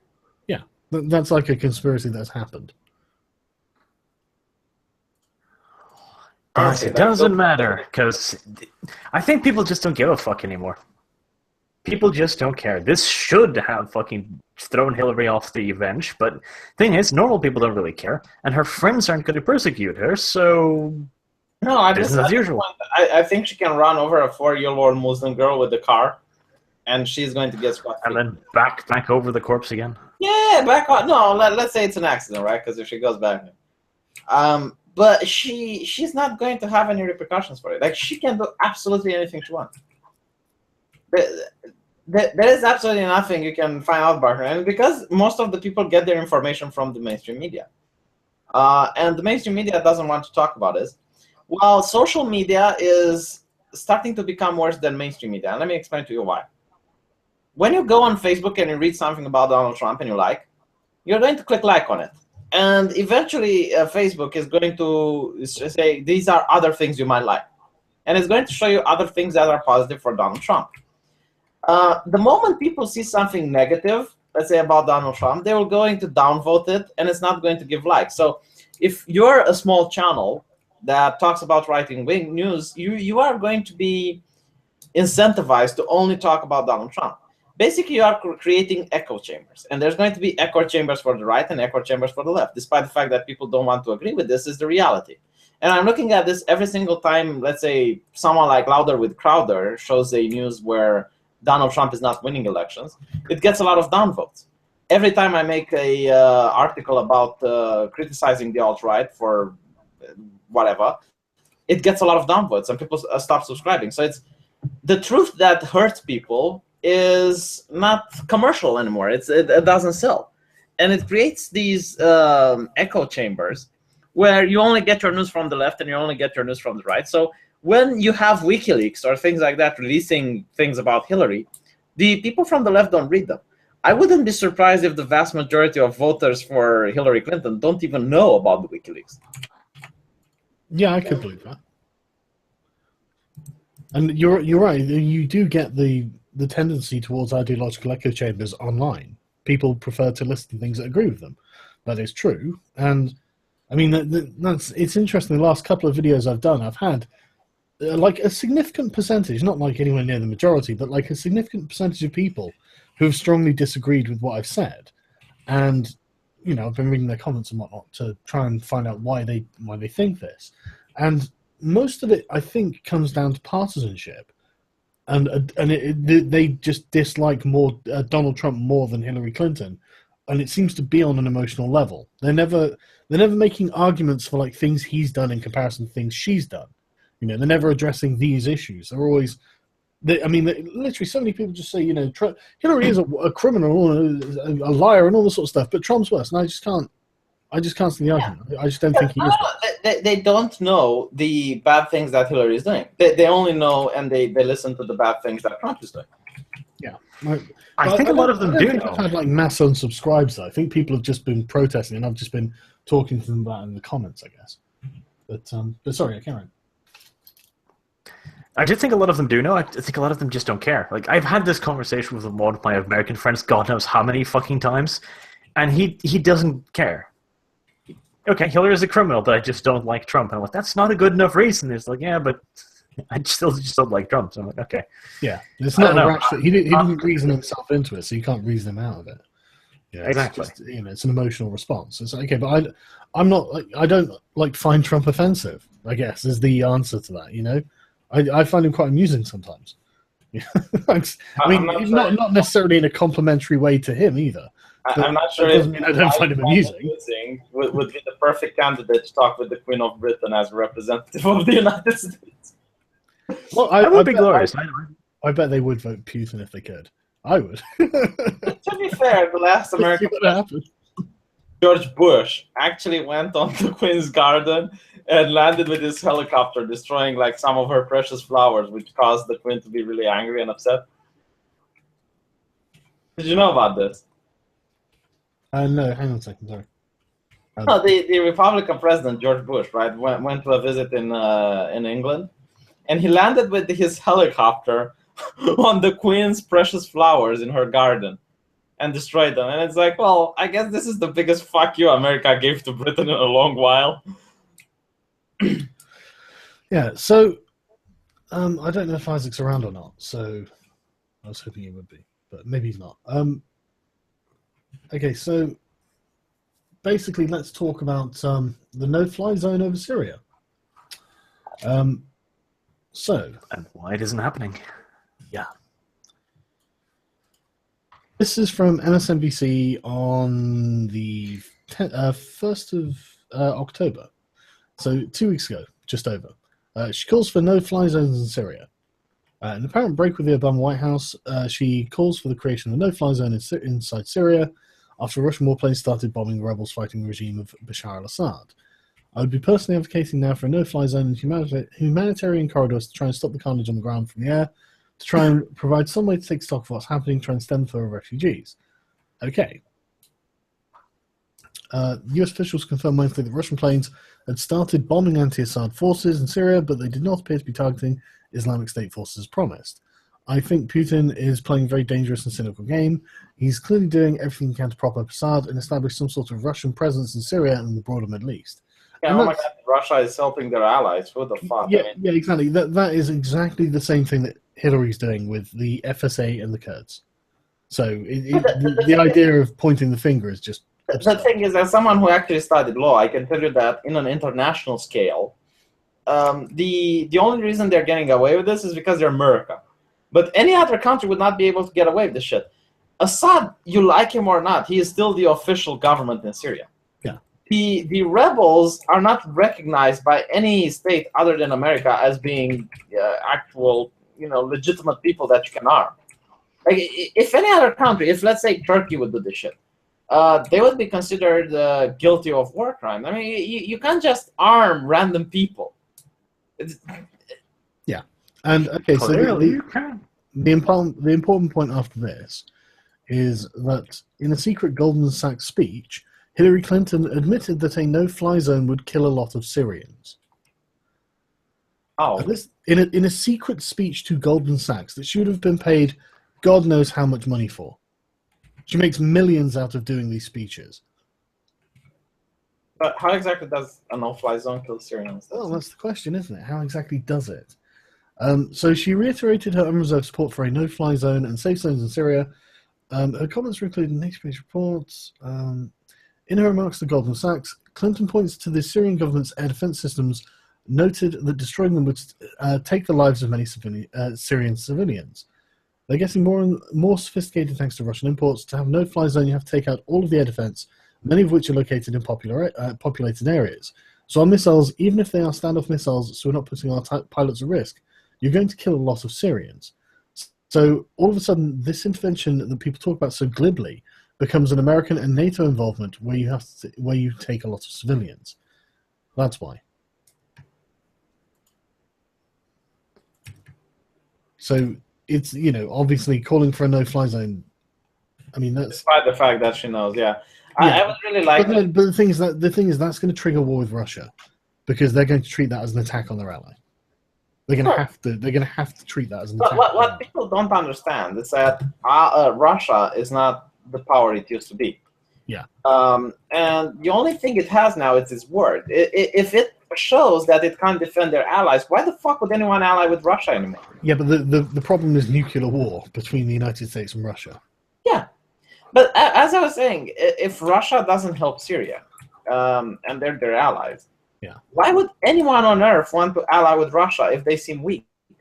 Like, okay, so we're going to ally with you guys, and the first time we are in trouble and we need help, you aren't going to come? Like, no one is going to ally with them. Well, It's not quite that simple. That's true, but they already have allies, so they already have responsibilities. So Why do you say it's not that simple, Arch? I mean, in the international state, when two countries make a deal, there is absolutely nothing besides the gentleman's agreement that enforces that deal. You don't have Here's a why higher it's so power. simple. If Russia decides to intervene in an American no-fly zone, because nobody's going to stop the Americans. Let's just face that right off the bat. If the Americans decide to intervene to do this, nobody's going to complain. Because they're America, like you said. They get to do this shit as a superpower. If Russia goes in there, gets shot down, America's just going like, well, shame on you. If they shoot down American jets, the Americans are going to rage about it.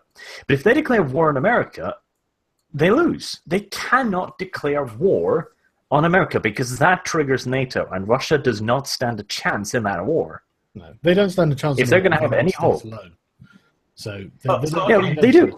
If you're Russia, they do have a chance of not getting destroyed. That's the thing. If America has to invade them through Siberia, that's not a thing that the United States are likely to do. Economic sanctions, tons of them. Yeah. Russia would surrender after a couple of years, but there would be no large-scale destruction.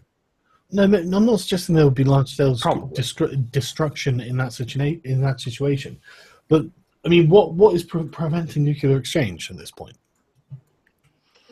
Common sense. That's all. Exactly. And that should scare the shit out of you. Yeah, but that doesn't come into play when someone is about to lose everything. If Putin thinks that he's about to lose his country, then maybe going out in a blaze but that's exactly why. Is one idea. The way this is probably going to end, let's say that something really crazy happens, and Russia is on the verge of defeat. The NATO forces are standing outside of Moscow. They're probably not going to go that far. Russia is going to send America an ultimatum going like, okay, we want peace talks or we'll start nuking things. America will almost certainly use that as an excuse to go like, okay, let's just start peace talks. I doubt anyone will push the other side to that brink. And I doubt the other side will go to that brink without asking for peace. Well, maybe, but it seems that the United States is doing everything they can to actually instigate this war. And so, I mean, I don't really want to run the risk. I mean, okay, look, for a start, you've got Russia bringing all of their officials, ordering all of their officials to fly home any relatives living abroad as tensions mount over the prospect of global war. Well, that's a worrying development. And then, and what's even worrying is that the news media isn't really talking about this shit. Well, some is, but some is, but it's like a little snippet in the right corner. I mean, it should be all of them talking about this because this is really important stuff. You don't want to talk about this because it would weaken Hillary. Yeah, you've got the NBC Nightly News. I won't play the video. But it's the full report. Learned that the CIA is preparing a major unprecedented cyber strike against Russia. It's like, holy shit. Why would you even make that public? This is what I don't understand. They're telling people that the entire US political system is under attack by Russian hacking. Sorry, warns an expert. I don't know what experts these are, but holy shit, I mean, that just sounds paranoid. And they don't even have a single proof, and as Donald Trump said, could be the Chinese. Yeah, exactly. Where is the evidence for this? That's the thing. It might even be Russia, but it not be government sanctioned. It might be like a Russian hacker or something. Oh, yeah, maybe. That's a fact. We don't have evidence. Like Donald Trump said, it could be a 400-pound dude in his basement. It could be anyone, because we don't know who it is. Well, yeah, but usually the 400-pound dude in the basement doesn't have the resources required to hack someone. Are you fat-shaming people, V? Are you fat-shaming now? That's disgraceful, V. But yeah, no, seriously, I'm looking through it. It's all just assertions. There's no, there's nothing else they're calling back to. It's all just these assertions. So, I mean, I don't know if that's true. It just sounds paranoid, but I mean, maybe it's true. Who knows? But I really don't feel I can trust these people at all. They seem to be very open with lying to my face and then getting on with their own business behind my back. So I don't see why anyone would trust these people. And the thing is, everyone's like, well, Donald Trump lies all the time. Yeah, he lies about stuff about himself. He lies about stupid things about it's all self-aggrandizing bullshit. It's all like the salesman pitch. But when he's fucking talking to Hillary and saying things like, you're not doing me any favors and stuff like this, this is him being honest with her to you. That's an incredible service.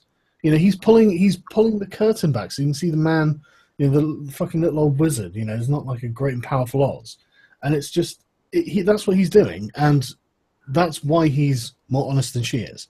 He when they're like, oh, well, did you write off your tax? Well, of course, everyone does it.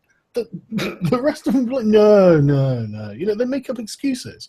He's just like, yeah, no, I own it. That's what we do. No, I do think he played a really good card there, saying that, well, I'm doing it, and it's Hillary's system. She's doing it. Like, if she doesn't like it, why didn't she change the system? She doesn't want to close the tax loopholes, and then she's like, yeah, well, you're going to reduce taxes. Like, yeah, but if he closes these tax loopholes, how many untold billions are being kept out of, being able to be taxed? The problem isn't that, yeah, exactly. The problem isn't that he isn't paying taxes. The problem is that all millionaires aren't paying taxes, because what millionaires is, they hire accountants that know the loopholes. I just want to point out the whole Donald Trump didn't pay taxes thing. That's actually completely legal, right? Because he'd taken substantial losses that year, and he wrote them off against his tax. That's completely legal. Everyone would do that. So to say that he didn't, and it needs to be made clear, Trump didn't commit a fillory. He didn't make some magic. Oh, I simply refuse to pay taxes. No, he used the laws of the nation. Yeah, to not pay taxes. Oh my God! Do you know what's funny? I heard them accusing Donald Trump of having an accountant and having the accountant actually do his job. Like, there was a rat, I think the New York Times or something like that. Donald Trump didn't even sign. He just signed the paper. Well, duh. He just signed the papers from his accountant. Of course, he didn't do the accounting himself. You fucking ninny. Yeah, it's like he didn't do the accounting himself. Jesus Christ. Yeah, as if this is a slight against the man or something. But these people are now insane. I mean, they've gone through levels of insanity that you think they're unreachable. Anything that they can think of to make him look bad, and it's just like, and then Hillary's like, well, when they take the low road, we take the high road. So no, you took them down on the low road, and then said we're taking the high road because now you're following us. No, well, I mean, what basically happened? If you would have like an insane asylum and like as lower as you go, you find more insane people, right? And like the most insane are the people at the bottom. But at this point, they found like the secret bookcase and they pushed it aside, and there's a lever between, and they managed to go like below the bottom. They've managed to go deeper into insanity at levels unprecedented by like human knowledge. The fact that they are writing this shit is like, well, Donald Trump has an accountant and he's actually doing accounting things. Look what evil man Donald Trump is. And what he hired someone. Yeah, there are people that are reading this shit and they go like, yeah, look at Donald Trump, look. So what's this meeting with Black Lives Matter activists? This was you sent this through, didn't you, Arch? The WikiLeaks, yes. Yeah, transcript. This is the transcript in which he supposedly argues for the legalization of prostitution. Oh, right, okay. The one thing I can agree with Hillary Clinton on, because that would earn America a lot of money. Yeah, that would earn any country money, to be honest. Right, okay. It's fairly long. So it's long as fuck, yes. Why is prostitution illegal? I mean, the alt-right would want to make it illegal, that's for sure. Yeah. Social justice warriors just think they want to make it illegal. Right, so yeah, Shelley from Detroit because she was a sex worker. I mean, the thing why prostitution is made illegal is because of STDs, right? But we live in a world where it's really easy to check people for STDs now. There it is. From my perspective, we do need to look hard at decriminalizing behavior that is not harmful, that is not leading to violence, and try to figure out how to best do that. Well, to be fair, It is harmful because the wives are going to nag a lot. Yeah, Oh, yeah, I but mean, that's psychic damage. I mean, fuck that. yeah, that's their problem, not my problem. And yeah, like someone in the chat pointed out, they're not being taxed. They need Oh to my tax god, that pussy. someone also Exactly. called the Yeah. cock on Twitter again. I'm going It's the pussy stop on tax. this one. Yeah, I think we should legalize it because it'll make money for the economy. So do it. So right, okay, that wasn't as interesting as I was hoping. But what does Black Lives Matter have to do with prostitution anyway? Hold on. This is the question. I imagine it's something that poor communities have to deal with. Okay. Was there anything else you guys want to go over? Because I think we've hit pretty much all the important stuff. Well, the World War III thing, which is really scaring me at this point. Maybe I'm overreacting because people say, "Oh, well, it's another Red Scare." The media isn't scaring people. This is why this Red Scare is different because there is the Reds, but there isn't the scare. I mean, Yeah, if the media is silent, where the fuck is the Red Scare? Yeah, I think it's a reverse Red Scare. Reverse Red Scare, yeah. It does. It is because this time it's not the Americans being scared. But you don't. This is my point. It doesn't look like Americans are being scared. No, it's not our Westerners. It's the Russians now that are scared. Why It's, did you get an echo? it's scary, if you will. Right. Okay. So I mean, they look at Hillary and they go like, "Wow, this lady doesn't like us, and she's constantly saber rattling." I mean, shit. No, I think Russia did say if Hillary wins, there's going to be World War III. Russia is that was he wasn't official, but he's now Putin said it, by the way. Well, did he? Where did he say it? Yeah, he said it recently. Just Google it because I'm on a game. Right? Oh, fuck's sake, you're useless. But the guy said it was a bit of a loon, apparently.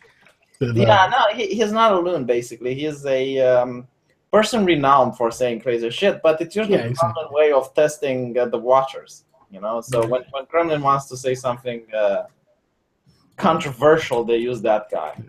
All right. Well, I think we'll stop anyway because it's getting on a bit now, and I'm getting a bit tired. Yeah, thanks for joining me, guys. I'll leave links to your channel descriptions in the description. I've left a paste bin of all of the sources that we had for this as well. So, I've put some notes on them as well. So, do take the time to go through them because seriously, we're not making all this shit up. This is like really what's coming out, and nobody wants to talk about it. The mainstream media is the silence is deafening on this, isn't it? So it's all alternative media that talks about it. By the way, did you see the video where CNN is actually training people in the stage on what questions to ask? And Yeah, I did see it. Jesus fucking Christ! Yeah, it's so controlled. It's all so fucking. They're in each other's pockets so much. It's just. I would say it's no wonder that they want to control the internet because they're probably bothered by channel like yours and mine that go against the narrative.